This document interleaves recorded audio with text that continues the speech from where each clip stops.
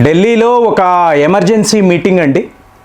మన డిఫెన్స్ మంత్రి రాజ్నాథ్ సింగ్ గారు మీకు ఇమీడియట్గా ఒక మీటింగ్ని ఏర్పాటు చేయడం, అంటే కొత్త చీఫ్ ఆఫ్ డిఫెన్స్ స్టాఫ్ రావడము, అలాగే భారత్ మాట్లాడుతున్న 3 ఫ్రంట్ వార్, అంటే ఢిల్లీ హై అలర్ట్లో ఉందండి.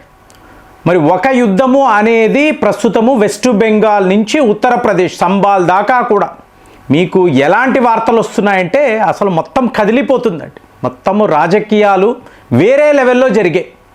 ఇక నెక్స్ట్ బంగ్లాదేశ్.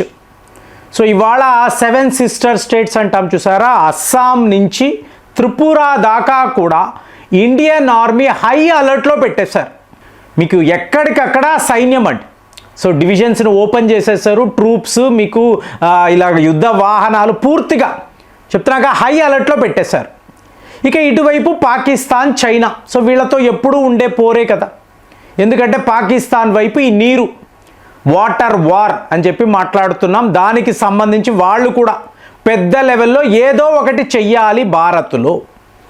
సో ఇప్పుడు సిచ్యువేషన్ ఏమిటి అంటే సడన్గా చూడండి, మీకు ఈ సమాజ్వాదీ పార్టీ అంటారు చూసారా, అఖిలేష్ యాదవ్ అంటారు, వాళ్ళ సహోదరుడు మరణించడం, మీకు రాత్రికి రాత్రి హాస్పిటల్లో అడ్మిట్ అవ్వడం, ఉదయం అతను చనిపోయాడు. ఏమిటి అంటే వ్యాపార లావాదేవీలు అని చెప్పి చెప్తున్నారు. ఇతను ఎక్కువ శాతం సంబాల్ అనబడే ఈ టౌన్లోనే. చూడండి ఫ్రెండ్స్ ఎలా ఉందో, ఐఎస్ఐ వాళ్ళ 1600 కోట్ల పెట్టుబడులు అనండి, మీకు ఫండింగ్ అనండి, వ్యాపారం అనండి, వెస్ట్ బెంగాల్ నుంచి ఉత్తరప్రదేశ్ దాకా. సో ఇందులో ఇప్పుడు వీళ్ళందరూ కూడా చిక్కుకుపోయి ఉన్నారు. సో అఖిలేష్ యాదవ్కి ఏం అర్థం కావడం లేదు. బాగానే ఉన్నాడు, హెల్త్ పరంగా ఎటువంటి ప్రాబ్లమ్స్ లేదు, 38 ఇయర్స్ మాత్రమే. సడన్గా ఇలా ఏంటంటే ములాయం సింగ్ యాదవ్కి 2 భార్యలు, ఫస్ట్ భార్య కొడుకేమో మీకు అఖిలేష్ యాదవ్, రెండో భార్య కొడుకు ఇతను. ఇలా చనిపోయాడు ఏమిటి? సో వ్యాపారంలో ఏం జరిగింది? ఇవాళ వార్తలు ఏమిటి అంటే ఈ సంబాల్ అనబడే ఈ ప్రాంతంలో నివసించిన చాలామంది తీవ్రవాదులు ఓపెన్గా వీళ్ళందరూ ఇవాళ నకిలీ పాస్పోర్టు తీసుకొని ఫ్యామిలీతో యుఏఈ పారిపోవడం. సో ఇప్పుడు వీళ్ళందరూ పారిపోయారు. వ్యాపారాలు చేసుకోవాలి అంటే, వ్యాపారం అంటే మనం మాట్లాడే వ్యాపారం కాదండి, వీళ్ళ వ్యాపారాలు వేరే ఉంటాయి. సో మీకు మాదక ద్రవ్యాలు అంటారు, అలాగే మీకు హవాలా మనీ, మీకు ఈ హ్యూమన్ ట్రాఫికింగ్, ఇలాగా వీళ్ళు చేసే వ్యాపారాలు వేరే ఉంటాయి. ఇక్కడ బంగ్లాదేశ్ వైపు నుంచి ఇప్పుడు మనం ఎందుకు ఇంత హై అలర్ట్లో పెట్టామో, అసలు రాజ్నాథ్ సింగ్ గారు అయితే లిటరల్గా బంగ్లాదేశ్పై యుద్ధము రావచ్చు అని చెప్పి చెప్తున్నాడు. ఎందుకంటే ఇనాయతుల్లా అబ్బాసీ అంటారు, మౌలానా ఇనాయతుల్లా అబ్బాసీ అంటారు. ఇతను నిన్నటికి నిన్న ఒక ప్రకటన చేశాడు. అందులో ఇతను ఏం మాట్లాడతాడు అంటే, వెస్ట్ బెంగాల్లో మా ముస్లింలపై ఏమైనా జరిగితే, నేను పొలైట్గా చెప్తున్నాను, ఏమైనా జరిగితే మా బంగ్లాదేశ్లో ఉండే మీ హిందువులు ప్రాణాలతో ఉండరు. 1,30,00,000 మంది ఉంటారండి. 1,30,00,000 మంది హిందువులు బంగ్లాదేశ్లో నివసిస్తూ ఉంటారు. సో మేము అంటే ఏంటి, బంగ్లాదేశ్తో వెస్ట్ బెంగాల్ని కలిపేసుకుంటాం. అలాగే ఢిల్లీలో మా బంగ్లాదేశ్ జెండా ఎగురుతుంది. ఎందుకారా నీకు ఒక దేశాన్ని మేము విడిపించాము, ఇందుకా మేము పాకిస్తాన్తో యుద్ధము చేశాము. చెప్తున్నా కదా, మనందరము ఇందిరాగాంధీ గారికి ఒక పెద్ద దండం పెట్టాలండి.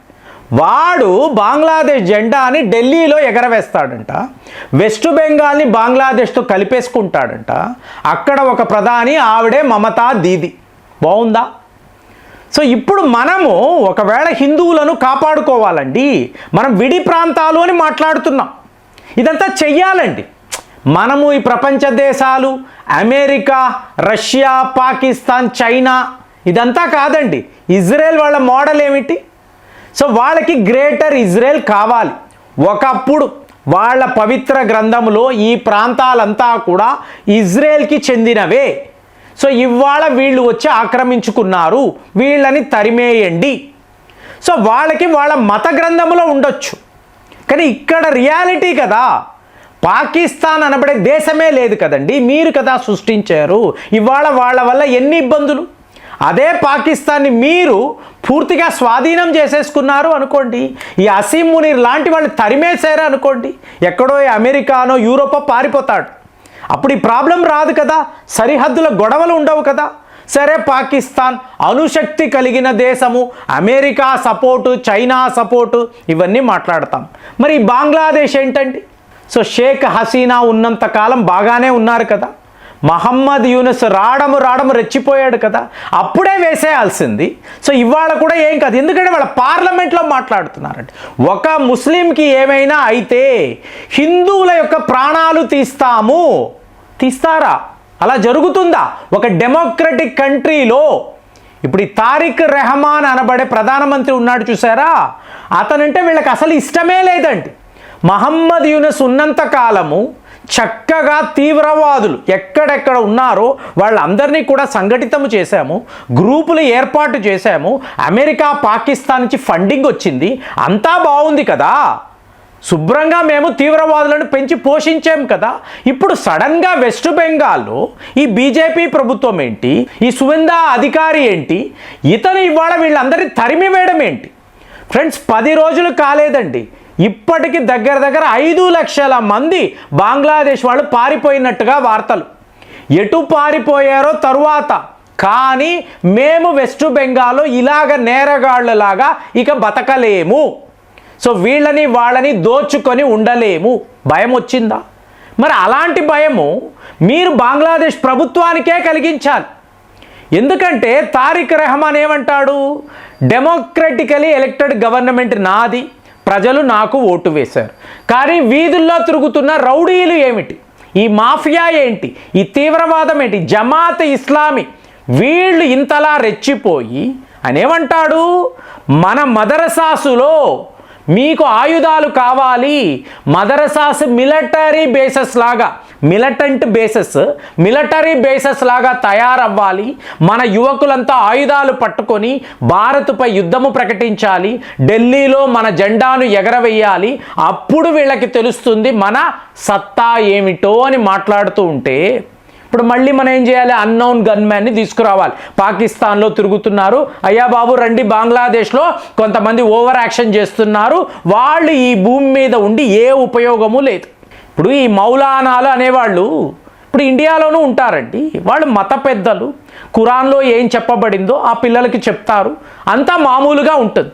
కానీ అక్కడ ఏం చేస్తారంటే వీళ్ళు రెచ్చగొడతారండి, జిహాద్ అని, భారత్పై మన శత్రుత్వము, వాళ్ళు ఇన్ని అరాచకాలు చేశారు, ఇవన్నీ చెప్పి. మీరు చూడండి, ఇప్పుడు మనం మజూర్ ఆజాద్ అని మాట్లాడతాం, ఏ రోజైనా వీడి చేతిలో ఒక తుపాకీయో లేదా వీడు నేను యుద్ధానికి వెళ్తున్నాను భారత్తో యుద్ధానికి మాట్లాడతాడా? ఎప్పుడూ మాట్లాడు. అదే అనిపిస్తుంది నాకు. ఏ రోజు వీళ్ళు ఆయుధాలు పట్టుకోరు, మనతో యుద్ధాలు చేయరు, కానీ యువకులను మాత్రం రెచ్చగొట్టి వాళ్ళు ఆలోచించరు. అరే మేము ఎందుకు నీకోసరము చావాలి, నువ్వు బాగానే ఉన్నావు కదా, బిర్యానీలు తింటూ హాయిగా ఉన్నావు, మేము ఎందుకు మా ప్రాణాలు పోగొట్టుకోవాలి? ఎవరు ఆలోచించరండి. అడిగితే మేము ఇది పవిత్ర యుద్ధము, భారత్ మా శత్రువు, ఇవే మాట్లాడతారు. కాబట్టి ఇదంతా కాదండి. రాజ్నాథ్ సింగ్ గారు ఎమర్జెన్సీ మీటింగ్ పెట్టారు, ఢిల్లీ హై అలర్ట్లో ఉందంటే బంగ్లాదేశ్పై మీరు ఎలాంటి చర్యలు తీసుకుంటారు? ఎలా తీసుకుంటే మళ్ళీ వాడు తోక ఆడించాడు, ఇది ఆలోచించాలి. ఆలోచించి చేసే తీరాలు నాకు అనిపిస్తుంది. మరి మీరేం ఆలోచిస్తున్నారు? కామెంట్స్లో రాయండి. మళ్ళీ వచ్చే వీడియోలో కలుద్దాం. జై హింద్.